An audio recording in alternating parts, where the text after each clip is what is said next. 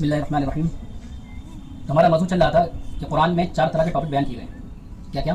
توحید اور قوانین اور قصص اور امثال، جس میں سے ہم نے توحید کے بارے میں کل جان لیا تھا کہ توحید اللہ کو ایک ماننا اور رسالت یعنی اللہ کے نبی صلی اللہ علیہ وسلم کو آخری نبی ماننا اور آخرت کہ مرنے کے بعد دوبارہ اٹھایا جائے گا. آج بات کریں گے کفار مکہ جن کے درمیان یہ قرآن کریم نازل ہو رہا تھا، ان کے درمیان کس طریقے کے عقائد موجود تھے جس کا قرآن نے جواب دیا ہے. ایک پہلی چیز جو ان کے موجود تھی وہ تھا شرک. وہ اس بات کو تو مانتے تھے کہ اللہ ہیں، جسے قرآن نے بیان بھی کیا ہے کہ وَلَئِن سَأَلْتَهُم مَّنْ خَلَقَ السَّمَاوَاتِ وَالْأَرْضَ وَسَخَّرَ الشَّمْسَ وَالْقَمَرَ لَيَقُولُنَّ اللَّهُ. کہ اگر آپ ان سے سوال کریں گے کہ آسمان کس نے بنایا، زمین کس نے بنایا، سورج چاند کس نے بنایا، تو یہ کہیں گے کہ اللہ نے بنایا.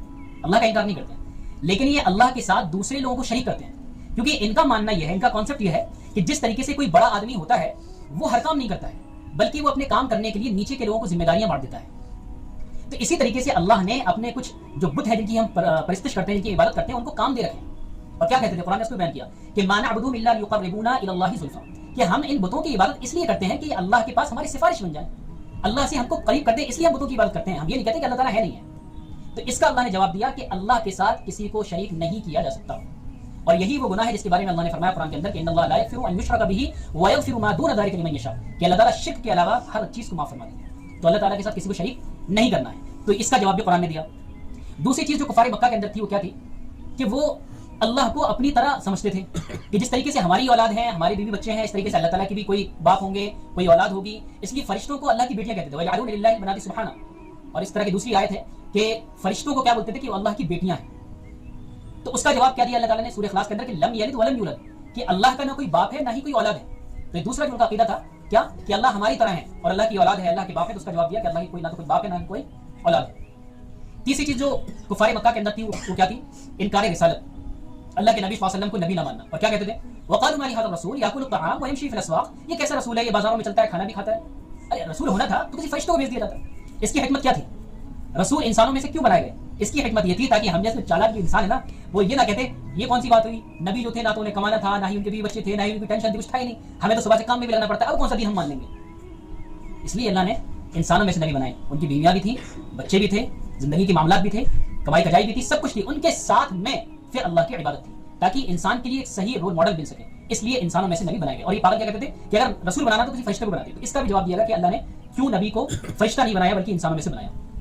اور ایک چوتھی چیز جو ان کے درمیان عام تھی وہ انکار رسالت، کہ مرنے کے بعد دوبارہ اٹھائی نہیں جائے گا. اس کو کئی بار تفصیل سے بیان کر چکے ہیں کہ وہ ہڈیاں لے کر آتے تھے کہ کون اس کو زندہ کرے گا. تو یہ 4 چیزیں تھیں، اللہ کے ساتھ شرک اور اللہ کی تشبیہ دینا کہ اللہ کی کوئی اولاد ہے اور اللہ کے رسول کا انکار کرنا اور مرنے کے بعد دوبارہ اٹھائے جانے کا انکار کرنا. انہی چیزوں کے اوپر مکی ساری آیتوں میں جواب ملے گا. جتنی مکی صورتیں پڑھیں گے ان ساری صورتوں میں کیا ملے گا؟ انہی 4 کانسیپٹ کے اوپر جواب دیا گیا. کہیں پہ اللہ کے رسول کی رسالت کا، کہیں پہ مرنے کے بعد اٹھائے جانے کا، کہیں پر اللہ کسی کی اولاد نہیں ہے اس کا جواب ہے، اور کہیں پر یہ ہے کہ اللہ تعالیٰ کے ساتھ کسی کو شریک نہیں کرنا ہے. مکہ کے لوگوں کے اندر ایک چیز اور تھی کہ انہوں نے تحریف کی تھی.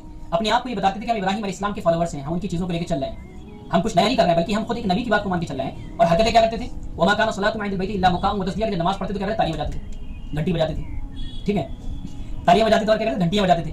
اور کیا کرتے تھے کہ جب طواف کرتے تو ننگے ہو کے طواف کرتے تھے. تو یہ بھی چیز انہوں نے بدل دی تھی. تو اس کا بھی جواب قرآن نے دیا ہے، خاص طور پر مکی آیتوں کے اندر. پھر یہودیوں کی بات چلنے کی، یہودی جو ہے وہ انکار رسالت یعنی مرنے کے بعد دوبارہ اٹھائے جانے کا تو ان کے اندر کانسیپٹ تھا کہ مرنے کے بعد دوبارہ اٹھایا جائے گا، لیکن اس کے علاوہ ساری چیزوں کا انکار کرتے تھے. توریت کو مانتے تھے کہ ہم توریت کو مضبوطی سے مانتے ہیں، لیکن توریت کے اندر کیا کرتے تھے یہ لوگ کہ جب کوئی بڑا آدمی جرم کرتا تھا تو یہ جو ہے مسئلے کو بدل دیتے تھے، اور جب کوئی غریب آدمی جرم کرتا تھا تو اس کی وہ سزا دیتے تھے. اور اس کے علاوہ توریت کی وہ آیتیں جن میں یا وہ چیزیں جن میں یہ لکھا ہوا تھا کہ اللہ کے نبی صلی اللہ علیہ وسلم آخری نبی ہیں، وہ سب جانتے تھے. قرآن نے کیا فرمایا کہ الذین آتیناہم الکتاب یعرفونہ کما یعرفون ابناءہم، کہ یہ یہودی اللہ کے نبی کو بالکل اس طریقے سے جانتے ہیں جیسا کہ تم اپنی اولاد کو جانتے ہیں. یہ نہیں کہا کہ باپ کو جانتے. کیوں؟ کیونکہ جب ہم چھوٹے تھے تو ہم اپنے ابا کو نہیں جانتے تھے، لیکن ہمارے ابا نے ہمارے بچپن سے ہمیں دیکھا ہے کہ ہم کیسے بڑے ہوئے، کیسے کھیلے، کیسے کیا کیا، ہمارے کہاں اسپاٹ ہے، ہمارے کیا نشان ہے، کیا نہیں ہے. اس طریقے سے یہ اللہ کے نبی کو جانتے تھے لیکن چیزوں کو چھپا لیتے تھے، کیونکہ بات نہ کی تھی کہ ہمیں اللہ کے نبی کو نبی نہیں ماننا. اور وہ نفرت اتنی تھی کہ وہ آج تک چلی آ رہی ہے. یہ مدت چلا ہے پیلسٹائن والا، یہ ان کو ہی لگتا ہے یہودیوں کو کہ بس خالی ہم سربراہی کے لیے آئے ہیں. باقی جتنے لوگ ہیں جیسے ہندوستان کا برہمنواد، یہ ان کے بھی باپ ہیں، کیا بھی دیا ہے، father land and mother land چل بھی گیا ہے.